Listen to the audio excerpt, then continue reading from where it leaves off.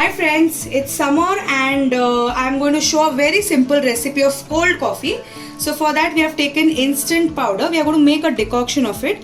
So we are going to add some water to the instant coffee powder. This is regular room temperature water.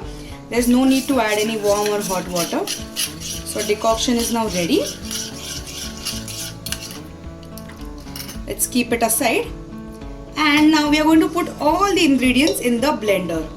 So let's begin with some coffee decoction.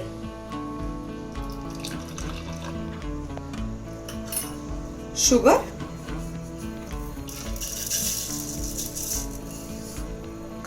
Now I'm going to add some vanilla ice cream. That is going to make the cold coffee thick.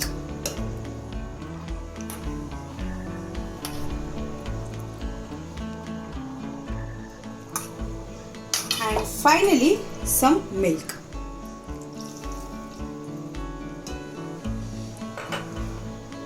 So we have put everything in the blender. Now what we have to do is just blend everything together.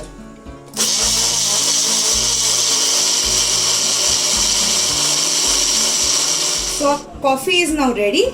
Let's pour it in a glass. As you can see, it's nice and thick.